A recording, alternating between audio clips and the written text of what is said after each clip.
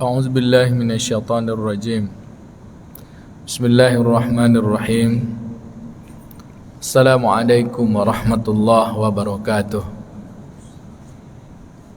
Apa kabar, sehat? Alhamdulillah Rabbil Alamin Bini'matil iman wal islam wa tatimmus solihat. Nahmaduhu wa nasta'inuhu wa nastaghfiruh wa na'udzu billahi min sururi anfusina wa min sayyiati a'malina. Man yahdihillahu fala mudhillalah wa man yudlilhu fala hadiyalah.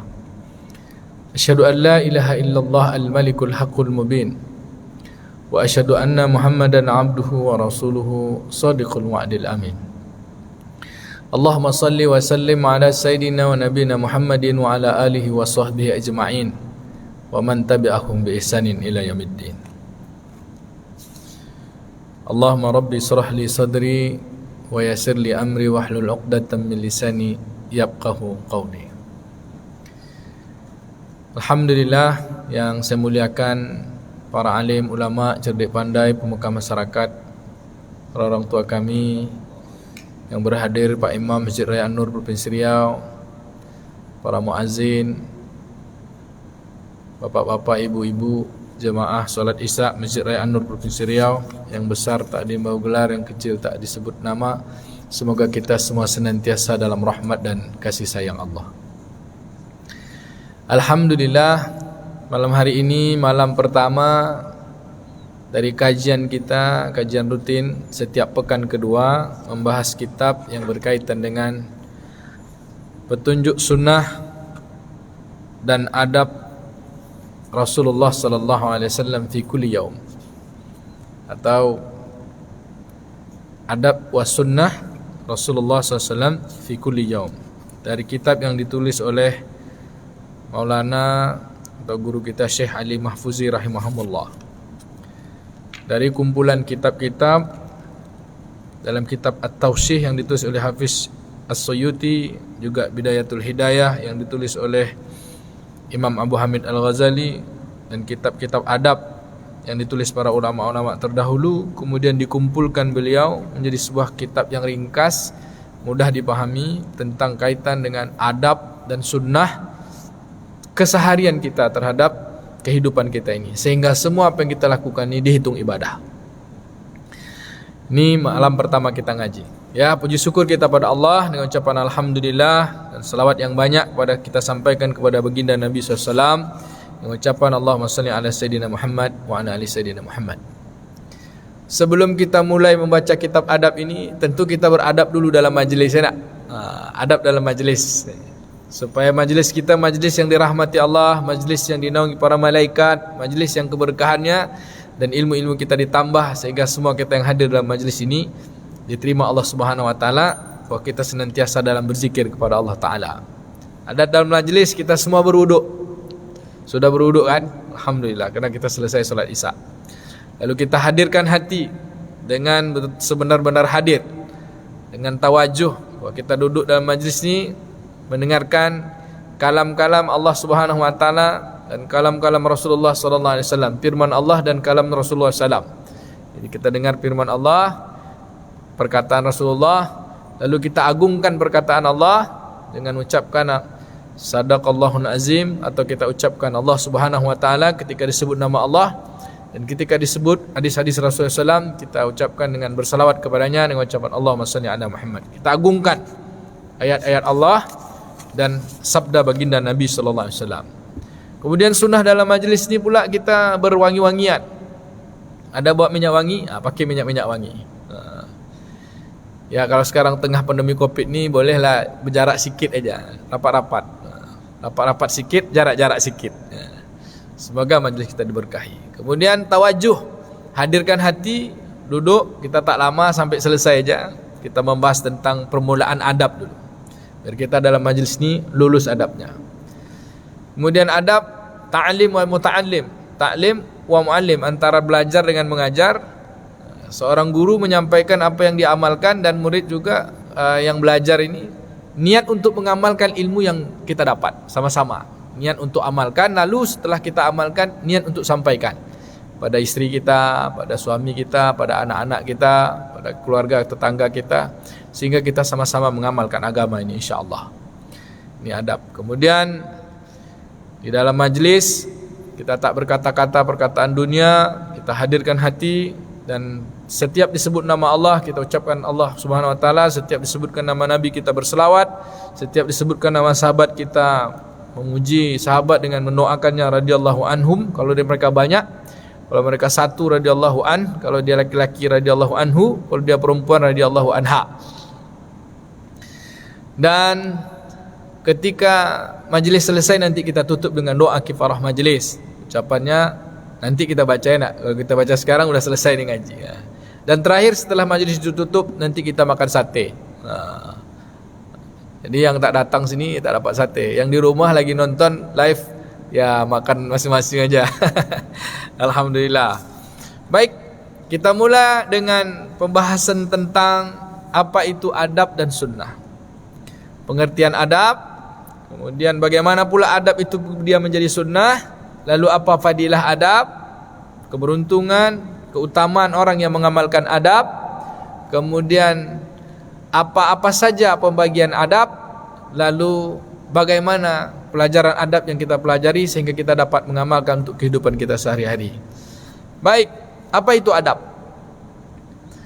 Di dalam kitab At-Tawsih, Imam Al-Hafiz As-Suyuti rahmatullah alaih mengatakan, adab itu sesuatu yang orang suka. Yang namanya adab itu sesuatu yang terpuji. Kalau orang tak beradab disebut apa Pak Jami, Ustaz? Kurang ajar. Orang beradab santun, baik, akhlaknya baik. Kalau orang tak beradab disebut kurang ajar. Tak beradab itu akan gitu, kasar jadinya. Dalam kalam hikmah disebutkan, ada yang menyebut ini hadis, tapi tak temu dalam kitab hadis. Tapi ini perkataan qaul yang berkaitan dengan adab yang luar biasa. Apa qaulnya? Al-adabul fauqil ilmi. Adab itu di atas ilmu. Orang berilmu tak beradab, tidak indah dengan ilmunya. Kalau profesor, doktor, ya, punya ilmu banyak tapi kurang adab, ini orang berilmu kurang ajar. Tetapi orang yang biasa-biasa saja ilmunya, mungkin tamat sekolah rakyat, tapi begitu adab dipegang, diamalkan, lalu orang ini punya luar biasa. Dipuji oleh manusia, dipuji insya-Allah oleh penduduk-penduduk langit juga. Jadi adab ini di atas ilmu. Sehingga kata ulama pula, orang yang beradab itu walaupun dia tak berilmu, mereka ini cerminan orang berilmu. Bagaimana mungkin seorang yang beradab tak punya ilmu? Karena dia sendiri sudah mengamalkan adab, berarti mereka paham dengan apa yang mereka lakukan. Maka orang Minang bilang, orang beradab nih, orang Minang, orang Melayu, paham katona nampek. Nah, ini dia. Ba'a kato mandaki. Itu bahasa Minang kok, ya kan? Kalau bahasa Melayu, macam mana kita bercakap sama orang yang di atas. Macam mana kata mendaki, macam mana kata menurun, macam mana kata mendatar, macam mana kata melereng. Nah ini nih. Kato mendaki, kato menurun, kato mendata, kato melereng. Dan ini adalah pendidikan adab, filosofi terhadap adab. Yang luar biasa lagi, kita punya pepatah, punya filosofi dalam budaya Melayu, budaya Minang juga. Pentingnya belajar adab, kecil terajar-ajar, besar terbawa-bawa, tua terubah tidak.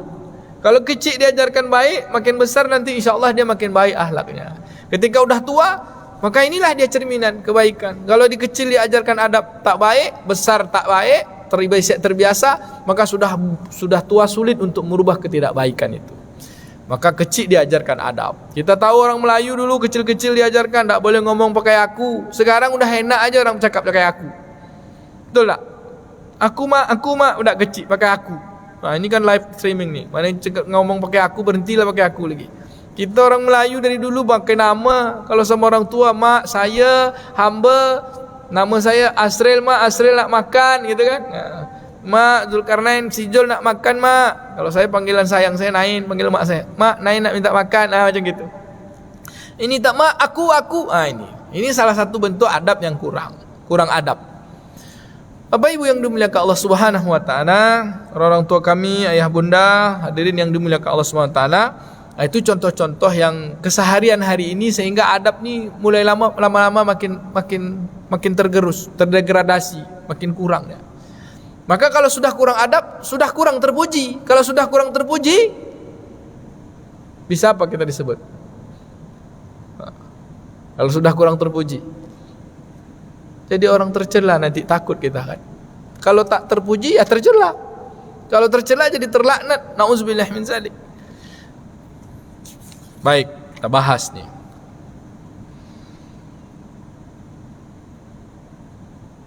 Kita hidup di atas dunia ini, semua akan berbuat, kita melakukan kehidupan ini dengan seluruh anggota badan kita.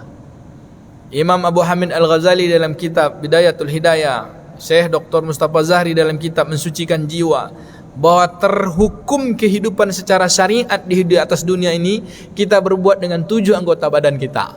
1 mulut, 2 mata, 3 telinga, 4 tangan, 5 perut, 6 kemaluan, 7 kaki.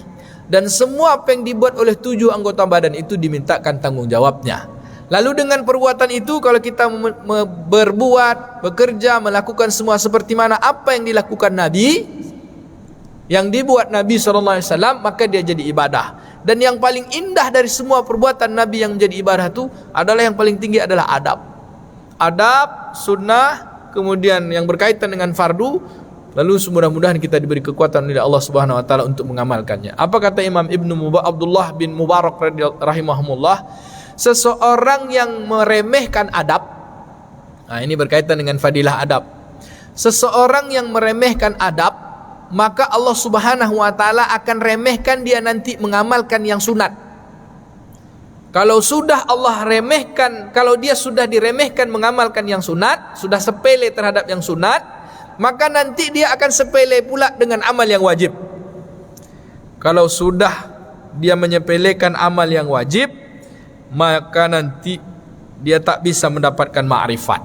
Dalam bahasa kitanya seperti ini. Kalau seseorang sudah meremehkan yang adab, kemudian dia akan diremehkan Allah untuk melaksanakan yang sunat. Kalau sudah dia remeh yang sunat, nanti dia akan remeh mudah mengamalkan yang wajib. Kalau sudah remeh yang wajib, bisa tercabut tuh hidayah. Bisa tercabut hidayah. Bagaimana mungkin dia menjadi seorang yang dekat dengan Allah Subhanahu wa taala kalau dia meremeh-remehkan hal yang berkaitan dengan adab? Maka apa kata ulama? Imam Abdullah bin Mubarak, jangan sebut seseorang itu dekat sekali dengan Allah. Taklah mungkin orang itu bisa mengatakan dirinya dekat, kekasih Allah, setia dengan Allah, waliullah, tapi dia masih meremehkan adab. Contoh apa? Dia mengaku wali Allah tapi masuk masjid kaki kiri. Dia mengaku wali Allah, maaf, wali Allah tu orang sangat dekat sama Allah Ta'ala, tapi masih kencing berdiri. Dia mengaku wali Allah Subhanahu wa ta'ala, tapi dia masih ngerokok, ya kan? Walaupun kata bilang merokok makruh kan Allah tak suka. Masa wali Allah masih hal-hal yang begitu gitu. Maka kaitan adab ini adalah sesuatu yang paling indah, yang paling Allah sukai. Sehingga dengan apa yang dia lakukan ini sudah terpuji dia di hadapan Allah. Mudah-mudahan dia juga terpuji di hadapan penduduk-penduduk langit. Kemudian penduduk bumi pun suka dengan orang-orang yang dengan tinggi adabnya ini, insyaAllah. Mudah-mudahan kita semua ya, amin. Maka kalau kita lihat, ulama menyebut bahawa semua apa yang dilakukan oleh Nabi SAW itu indah, terpuji. Dengan semua yang terpuji itulah adab. Maka kata Nabi, man ahya sunnati faqad ahabbani. Siapa yang menghidupkan sunnahku, yaitu cara hidupku, adab-adab apa yang dilakukan Nabi, menjadi sunnah, kebiasaan Nabi menjadi sunnah kita ikuti. Ada yang sunat hukumnya, ada yang wajib, ada yang mubah. Lalu kita ubah, kita ikut semua itu menjadi yang sunnah. Dan dengan adab-adab, maka dia jadi ibadah. Kata Nabi, man ahya sunnati, siapa yang menghidupkan sunnahku, faqad ahabbani, berarti dia mencintai aku. Wa man ahabbani kana ma'i fil jannah, siapa yang mencintai aku, sungguh ia bersamaku di dalam surga. Bapak-bapak mau masuk surga tak? Mau kan? Mau masuk surga sama Nabi tak? Mau kan? Nah, maka kita hidupkan apa yang menjadi kebiasaan Nabi. Nabi makan seperti ini, kita makan seperti Nabi, kita minum seperti Nabi. Kalau solat, puasa, zakat, haji, dah jelaslah kita ingin seperti Nabi semua. Sehingga 24 jam kehidupan kita ni seperti kehidupan apa yang telah dikerjakan oleh Nabi SAW secara kontekstual. Bahkan kalau kita bisa ikut secara tekstual, jauh lebih dahsyat lagi. Mana dalilnya? Surah Ali Imran ayat 31. Apa kata Allah Subhanahu wa taala? A'udzubillahi minasyaitonirrajim. Qul in kuntum tuhibbunallah fattabi'uni yuhibbukumullah wa yaghfir lakum dzunubakum wallahu ghafurur rahim. Katakanlah, kata Allah Ta'ala, wahai Muhammad, kepada semua orang-orang beriman, kalau kalian mencintai Allah, ikuti aku. Nabi suruh ngomong sama kita, kalian mencintai Allah? Ya, kita jawab gitu kan? Cinta sama Allah? Cinta kan? Kita jawab ya. Ya. Lalu bagaimana cara mencintai Allah? Kata Nabi, fattabi'uni, ikuti aku. Apa hadiahnya? Yuhibbukumullah wa yaghfir lakum dzunubakum. Maka kalian akan dicintai Allah. Kalian dapat cintai Allah, dosa-dosa kalian diampuni, kesalahan-kesalahan kalian dihapuskan oleh Allah Ta'ala. Wa yaghfir lakum dzunubakum, diampunkan dosa, dihapuskan kesalahan. Wallahu ghafurur rahim, sungguh Allah Maha Pengampun lagi Maha Pengasih Penyayang. Maka keren kita kalau ngikut Nabi. Maka kita tak berdosa seperti mana Nabi, dapat sayangnya dan cintanya Allah Subhanahu wa Ta'ala. Keren tak, Pak? Keren tak, Dek? Antum mahasiswa kedokteran? Oh, bukan. Saya lagi nunggu-nunggu mahasiswa kedokteran, katanya mau datang. Yang datang nih mahasiswa nih live, yang mahasiswa FK kedokteran ambil mata kuliah agama, yang hadir sini bisa dapat A nih agamanya nih. Sebagai iklannya tak? Baik. Kemudian Allah Subhanahu wa Ta'ala menyampaikan kepada kita tentang pentingnya kehidupan Nabi untuk kita contoh pada surah Al-Ahzab ayat 21. Apa kata Allah? A'udzubillahi minasyaitonir rajim. Laqad kana lakum fi Rasulillahi uswatun hasanah liman kana yarjullah wa zakarallaha katsira. Sesungguhnya pada diri Rasulullah itu ada uswatun hasanah. Apa uswatun hasanah? Bang Farizal, apa uswatun hasanah? Uswatun hasanah itu contoh tauladan yang baik. Tetapi bukan sekedar baik, setiap kita contoh pasti dapat pahala. Pada diri Nabi itu ada contoh yang kalau kita contoh dapat pahala. Misalnya apa yang kita contoh? Yang paling keseharian aja, minum, makan, masuk masjid, pakaian, ngomong. Laqad kana, sungguh, betul-betul lah, tak bisa lagi. Sungguh pada diri Nabi itu terdapat uswatun hasanah, contoh yang kita ikuti. Uswah itu semua kehidupannya. Ketika dia anak-anak, ketika dia remaja, ketika dia kaya, ketika dia susah, ketika dia menjabat, menjadi ahli ekonomi, ketika dia memiliki harta. Semua suasana kehidupan itu uswah kalau kita contoh itu uswah. Tapi kalau qudwah, kata ulama, qudwah itu hanya bagian-bagian saja. Maka pada diri Nabi itu uswah, semuanya.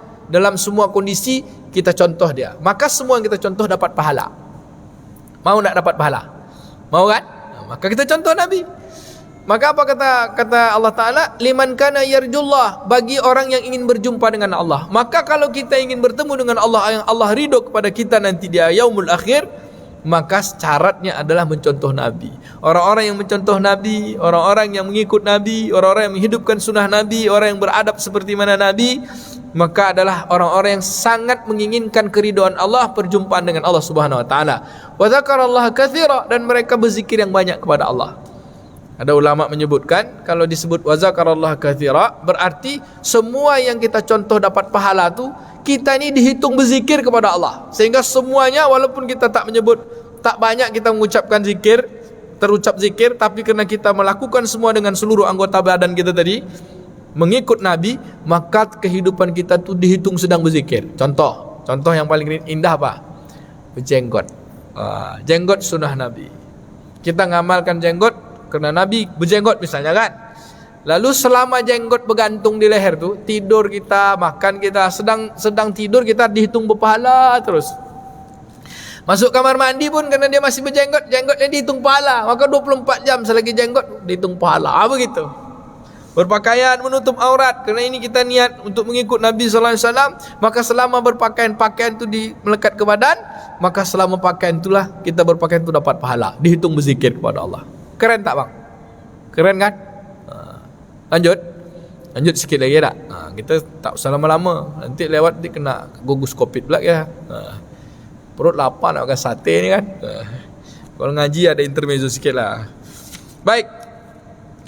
Maka orang-orang yang mengikut Nabi ini insya-Allah akan dapatkan kejayaan. Sehingga apa kata kalam hikmah ulama, sesungguhnya kejayaan, kesuksesan di atas dunia ini bagi orang beriman, sesungguhnya kejayaan, kesuksesan, kemuliaan bagi orang beriman dunia dan akhirat hanya terletak sejauh mana dia mentaati Allah Subhanahu wa taala dan mengikuti sunnah baginda Nabi sallallahu alaihi wasallam. Ini clue, clue. Intinya kalau ingin sukses, ingin berjaya, ingin hebat, ingin puncak dari segala kehidupan ini sehingga Allah ridho kepada kita, ukurannya adalah sejauh mana kita mampu mentaati Allah, mengerjakan semua perintah yang wajib, meninggalkan semua yang haram, lalu memperbanyak semua yang sunat, lalu dengan yang mubah-mubah pun kita kerjakan, kita sepantasnya kita mengerjakan, lalu kita tinggalkan, kita hindarkan yang makruh-makruh dari perintah-perintah Allah Subhanahu wa taala, lalu kita menjalani itu seperti mana Rasulullah SAW menjalani kehidupan, maka kita akan mendapatkan kejayaan, mendapatkan kesuksesan. Siapa mereka? Mereka itulah orang-orang takwa. Mudah-mudahan kita semua insya-Allah. Amin. Baik. Adab ada berapa? Di dalam kitab ini ulama membagi adab itu ada 4. Pertama, adab syar'i. Apa itu adab syar'i? Adab yang berkaitan dengan perintah Allah Ta'ala dan larangan Allah Ta'ala. Jadi sesuatu yang syariat, kerjakan atau tinggalkan. Kerjakan atau tinggalkan, yaitu yang wajib dan yang haram. Kerjakan ni wajib, tinggalkan ni haram. Yang wajib kita usahakan untuk banyak-banyak sempurnakan, yang haram kita tinggalkan semua. Tarkul ma'asi, tinggalkan maksiat, lalu kerjakan yang baik-baik, gitu. Amalun soleh. Yang kedua, adab yang berkaitan dengan adab tabi'i, ittiba, yaitu mengikut sesuatu yang kita ikut. Misalnya sifat-sifat yang berkaitan dengan mengikut sifat kedermawanan, sifat pemberani, yang berkaitan dengan tabi'i. Kemudian adab yang ketiga yaitu adab kasbi. Apa itu adab kasbi? Adab yang berkaitan dengan memahami ilmu bahasa, bertutur kata, ilmunya nahwu dan lughah. Ada ilmu nahwu sharaf itu, nahwu lughah. Kalau kita tengok manuskrip kerajaan Melayu di kerajaan Siak Sri Indapura, di Istana Siak, ada tulisan tahun-tahun 18 sekian, itu bahasanya indah. Setiap kata itu ada sampiran, ada isi, ada sampiran, ada isi. Macam baca puisi, tapi sedap dibaca. Sekarang kita kalau membaca tulisan kita ini, kadang-kadang kita sendiri pun tak sedap membaca ya. Begitu, kerana bahasa kita tak indah. Bercakap pun kita tak indah. Sesikit nak ngamuk aja ya. Macam mana nak indah? Sesikit nak marah aja. Maka orang dulu bertutur kata dengan indah, dengan kata-kata peribahasa. Baru cakap sekali orang minta tambah cakap. Sekarang baru cakap sekali orang tak nak dengar kita bercakap lagi. Begitu parah ya cakap kita. Na'udzubillah. Begitu kita kurang adab bercakap ya tak? Yang keempat ada namanya adab sufi. Apa itu? Adab yang berkaitan dengan menjaga hati, menjaga panca indera, menjaga nafsu kita, menjaga hati kita untuk senantiasa tawajuh kepada Allah Subhanahu wa taala. Bahwa Allah memperhatikan dari setiap apa yang kita kerjakan. Allah mengetahui dari setiap apa yang kita perbuat. Mudah-mudahan kita lulus hidup dunia ini insya-Allah. Amin. Baik, di dalam kitab ini dibahas dari 4 adab tadi. Adab yang berkaitan dengan perintah dan larangan, adab yang berkaitan dengan kita mengikut perbuatan Nabi, yang berkaitan dengan sifat-sifat, kemudian adab yang berkaitan dengan tutur kata, berbicara, kemudian adab yang berkaitan dengan membersihkan jiwa, dibagi dengan 5 pembahasan. Pertama, adab yang berkaitan dengan ibadah.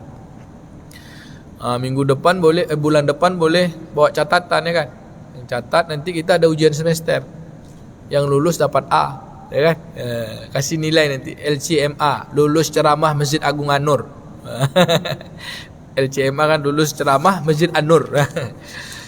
Bapak Ibu yang dimuliakan Allah Subhanahu wa taala. Sampai mana tadi lupa pula awak ya tak? Adab yang berkaitan dengan ibadah. Pertama, adab yang dijelaskan, adab berkaitan dengan ibadah. Adab dibahas itu tadi. Dalam buku ini dibagi 5. Penjelasan untuk menjelaskan yang 4 tadi ini dibagi 5. 1, adab yang berkaitan dengan ibadah, perintah dan larangan syariat agama. Yang kedua, adab yang berkaitan dengan adat. Apa itu adab yang berkaitan dengan adat? Adat yang keseharian kita. Misalnya, kalau adab ibadah tadi, adab istinja, adab toharoh ya, berwudu, bersiwak, mandi, junub, tayamum, misalnya masuk masjid, azan, iqamat, solat, imam dengan makmum, solat sunnah dan padilahnya, kemudian bagaimana kita sedekah, zakat, bagaimana melaksanakan puasa, bagaimana puasa sunnah, bagaimana melaksanakan haji, bagaimana melaksanakan umrah, bagaimana membaca Al-Quran, bagaimana berdoa. Ini kaitannya dengan syar'i, ibadah. Lalu ada adab yang berkaitan dengan adat. Apa itu adat? Keseharian yang berkaitan dengan tidur, bangun tidur, apa lagi? Pakai pakaian, pakai sandal, masuk keluar rumah, naik kendaraan, berjalan kaki, ya kan? Adab dalam rumah, adab keluar rumah, adab makan, adab minum, adab nengok gereja. Ada adab nengok rumah ibadah selain ibadah Islam, selain masjid. Ada adabnya. Adab tidur, adab motong kuku, adab mencukur kumis, adab berjenggot, adab dengan bulu badan, adab potong rambut, ada. Adab pakai cincin, adab bepergian, adab berobat. Pernah tak kita belajar tu kan? Belum kan? Ini keren kitab ni. Kita ni sembarang kalau berobat aja kan. Tapi entah berobat macam mana. Kalau main bepergian tu tak pakai adab. Yang penting bungkus baju, masuk tas, masukkan tas, masuk mobil, langsung berangkat aja. Pakai adab, sehingga berjalan kita, kalau kita berpergian berjalan kalau dengan adab, maka sepanjang perjalanan tu kita dihitung berzikir. Ini tak masukkan kain dalam buntel, dalam tas lah, main pergi ya, tak ada adab perjalanannya, main pergi aja. Gitu gak pakai cincin, pakai cincin tak? Mana letak cincin? Oh, tak pakai cincin sebenarnya. Macam mana meletakkan cincin? Ni yang berkumis-kumis ni macam mana adab berkumis? Yang berjenggot macam mana adab jenggot? Adab tidur, adab dalam rumah dan sebagainya. Kemudian yang ketiga ada namanya adab yang berkaitan dengan muamalah. Satu ibadah, yang kedua adat yang berkaitan keseharian, yang ketiga adab yang berkaitan muamalah. Apa itu? Yang berkaitan dengan kegiatan sosial dan ekonomi. Pinjam meminjam, utang mengutang, ya kan? Kemudian jual beli, janji menjanji. Ini kadang kita main jual beli, tak tahu riba, ya kan? Tak tahu dilarang Allah Ta'ala, kita bilang bagus juga. Ada saya yang kemarin jemaah bilang, Ustaz, saya punya utang 70 juta. Utang tu sudah lama, tapi tak sanggup jawab membayar cash. Lalu dengan hutang itu saya kasih untuk dia, sebelum hutang itu saya lunasi, saya pinjamkan rumah ini. Selagi saya belum lunas membayar hutang, maka sewa rumah ini ambillah sama yang punya piutang. Tetapi hutangnya tak dipotong. Boleh tak tu? Boleh tak? Tak boleh lah. Kalau dia menerima rumah tu sebagai sewaan padahal kena hutang tak sanggup bayar, itu udah bunga itu. Udah riba itu. Harusnya apa? Harusnya dipotong hutang. Berarti bunga ini hutang 70 juta juga kan? Kalau misalnya seperti itu mau, ya bagaimana caranya Islam mengatur? Misalnya kalau hutang 70 juta 10 tahun yang lalu, ketika kita mau lunasi, konversikan dengan emas. Berapa nilai emas ketika saat ini? Supaya kita tak merugikan dia, kita pun tak rugi. Ini kita bayar tiap bulan, tapi tak terhitung bayar, bunga aja. Dosa lah yang nerimanya. Yang mengasihnya semoga tak terhina, bukan terhina, tidak terzolimi dia. Kasihan dia kan, sudahlah berhutang, dijilat, diisap terus, hutang dia tak lunas-lunas. Yang kayak gitu kan. Banyak kita tuh sekarang tuh. Banyak tak? Adalah gitu. Dah lapar dah? Belum kan? Saya lapar nih. Lapar dah? Belum ya? Lanjut. Sikit lagi. Kemudian yang berkaitan dengan yang keempat, ada yang berkaitan dengan muasyarah. Muasyarah ni tak banyak orang paham ni. Ada orang paham kata muasyarah, tapi tak paham bab penjelasan tentang muasyarah. Muasyarah tu dulu waktu abang-abang nikah, masih ingat tak Ustaz Jamie, perjanjian sirat taklik kan? Saya bernama siap mempergauli isteri saya dengan baik, dalam kurung kan kata Pak Kuah. Baca dalam kurung tu kata Pak Kuah, apa tu? Muasyarah bil ma'ruf. Mempergauli istri saya dengan baik. Taunya muasyarah tu cuma mempergauli istri dengan baik. Itu aja cuma, selebih itu tak tahu. Maka dibahas, apa tu muasyarah? Apa gitu kan? Bingung kita. Ternyata bab muasyarah itu hal yang berkaitan dengan keluarga. Semua yang berkaitan dengan keluarga. Misalnya, adab seorang anak dengan orang tua, adab kita bertetangga, mengucapkan salam, berjabat tangan dan berpelukan, bersin dan menguap, pokoknya yang berkaitan dengan keluarga. Senyum, ya kan? Dengan kita sendiri. Adab ni. Kemudian macam mana melaksanakan akikah. Dulu Bang Farizal ngundang saya akikah ya. Anak dia akikah. Bagaimana adab akikah, macam mana adab khitan, macam mana adab walimatul arus yang berkaitan dengan keluarga.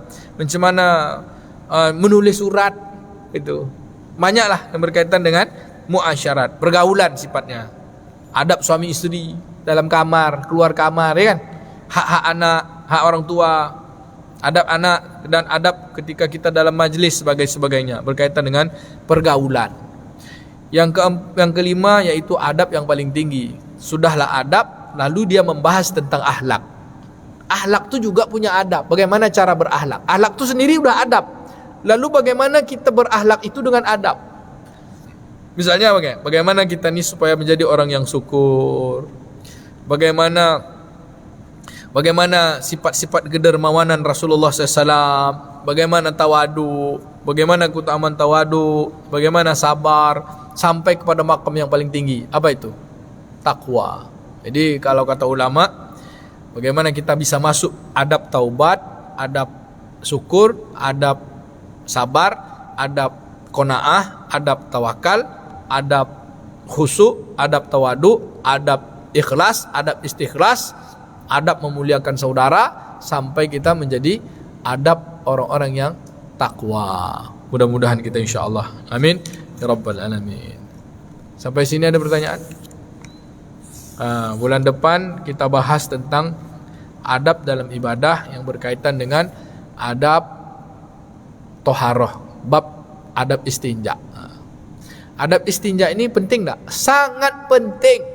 Satu percikan istinja kita masuk kena celana kita ketika buang air, maka tak sah kita bawa sembahyang. Ini cakap Melayu ni. Ya tak? Sembahyang atau Melayu? Di sembahyang Allahu Akbar. Tadi kencing berdiri, celana tak pula turun. Celana tak pula dising-singkan. Lalu kenalah percikan yang muncrat ke mana dia, ke toilet tu. Bawa solat, sah tak solat tu? Masih ada yang kencing berdiri tak? Tak ada, banyak. Tapi Masjid An-Nur kan dah tak ada lagi tempat kencing berdiri. Ini bab istinja ni sangat penting. Ini kita buka sikit aja. Apa itu istinja? Istinja itu adalah proses membersihkan najis, hadas. Adalah proses keluar sini. Najis atau hadas yang berkaitan keluar dari dubur dan kubul. Kubul dan dubur. Apa kubul? Kubul itu tempat keluarnya air kencing, air pipis kita. Dubur apa? Tempat keluarnya o'ok. Proses kita membersihkan itu, mulai dari kita mempersiapkan nak masuk kamar mandi tu, ke toilet tu, sampai kita keluar dari toilet tu. Keren tak nih? Keren kan? Kalau itu bagus, mantap, adabnya sesuai sunnah baginda Nabi SAW, insyaAllah ibadah-ibadah kita yang lain diterima Allah Ta'ala. Terutama solat. Bagaimana solat bisa diterima kalau istinja kita tak bersih? Satu hari ada kisah Ustaz, mungkin Ustaz Tukiman dengar nih ceria bicara. Ustaz Tukiman Khatani, beliau ni guru kami lah, mantap dia ni. Satu hari beliau ni pernah bawa jemaah umroh ke Mekah. Kisahnya, jadi kata beliau ni cerita dalam kajian beliau lah, beberapa tahun yang lalu saya dengar. Satu hari setelah selesai umroh wajib di Mekah, jadi jemaah ni pergilah umroh sunat untuk melaksanakan umroh sunnah ke Tan'im, mengambil mikot di Masjid Aisyah di Tan'im. Kata beliau bawa rombongan imam-imam seprovinsi Riau. Hadiah umroh dari Pak Gubernur waktu itu, Pak Rusli Jainal, tahun 2012 tak salah saya. Lalu apa kisah beliau ni? Ini imam-imam yang dibawa ni, imam-imam satu kabupaten provinsi di Provinsi Riau. Sampai di Masjid Tan'im waktu umroh sunat, mengambil mikot waktu solat asar sampai. Sebelum mengambil mikot dengan solat sunat 2 rakaat, solat sunat sunnah untuk melaksanakan mikot, niat mikot itu, maka kata Ustaz, ingat kisah beliau. Ini waktu asar sampai, kita solat asar dulu sini. Kata jamaah, Ustaz, nah ini jamaahnya kan imam-imam nih, minta tolong sama syekh yang di Masjid Aisyah ni. Kalau di sini syekhnya kan Ustaz Jamil lah misalnya gitu kan. Minta tolong boleh tak kita ni jadi muazzin, azan di masjid ni. Kata Ustaz Tukiman, tunggulah dulu, kita tanyalah dengan syekh tu boleh tak. Pergilah nanya. Ternyata apa kata syekh tu? Boleh tak syekh, ginilah bahasa kita ya. Boleh tak syekh, kami ni ada jemaah ni pandai azan ni, imam lah gitulah kira-kira. Untuk azan di sini, nak azan di masjid ni, boleh tak? Kata syekh boleh aja azan, tapi ada syarat. Apa syaratnya? Tidak kencing berdiri. Khilaf saya semenjak balik tak apa. Pokoknya kalau seorang yang mau azan sini, dia tak pernah kencing berdiri. Lalu kata Ustaz, balik tanya sama Pak Imam yang nak azan tadi, boleh nak jadi muazzin sini, tapi syaratnya tak pernah kencing berdiri. Mundurlah. Rupa tempat awak imam pun kencing berdiri, kecuali Imam Masjid Raya An-Nur lah. Kenapa begitu? Kerana orang kalau kencing berdiri ni dianggap masih ada najis ketika dia kalau kencing berdiri kan gini nih, kandung kemih kita. Lalu ketika kalau kita kencing jongkok kan kandung kemih kita terbuka. Kalau kita berdiri terkuncup gini, kalau kita nanti sedang rukuk, maka kan posisinya seperti orang duduk, maka dia mendorong. Yang tersisa pada saluran kemih kita tu, saluran bowl kita tadi, saluran buang air kecil itu, yang tersisa sikit tu menetes dia keluar. Kalau dia sudah menetes keluar, kena celana dalam, kita sudah beruduk, sah tak solat kita? Kan begitu. Ini cerita tentang adab. Maka kalau udah buang air tu perhatikan betul. Nah, sampai sini kaji kita. Minggu depan kita bahas secara detail tentang adab istinja. Ini kita malam ini menjelaskan apa itu adab, kemudian bagaimana apa saja keutamaan-keutamaan adab, dan orang yang beradab ini luar biasa, Pak. Orang beradab itu tinggi sekali. Allah suka dengan mereka dan pun manusia pun suka. InsyaAllah adab ini sangat tinggi. Adab inilah yang didatangkan Nabi SAW, diutus atas dunia ini kan. Kata Allah Ta'ala, sungguh engkau diutus untuk menyempurnakan akhlak kan gitu. Ya kan gitu. Tidaklah aku diutus kata Nabi SAW kecuali untuk menyempurnakan akhlak. Dan Nabi adalah rahmat dari sekalian alam. Sampai sini ada pertanyaan? Pas ya? Bulan depan kita sambung. Setiap Senin, Selasa, Rabu, Kamis ini ada kajian.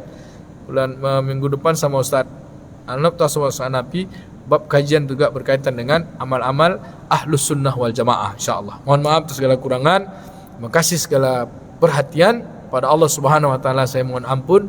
Mari kita tutup dengan doa kifarah majlis. Astaghfirullahalazim. Subhanakallahumma wa bihamdika nasyhadu an la ilaha illa anta nastaghfiruka wa natubu ilaik. Wa sallallahu ala nabiyyina Muhammadin wa ala alihi washabihi ajma'in. Walhamdulillahirabbil alamin. Wassalamualaikum warahmatullahi wabarakatuh.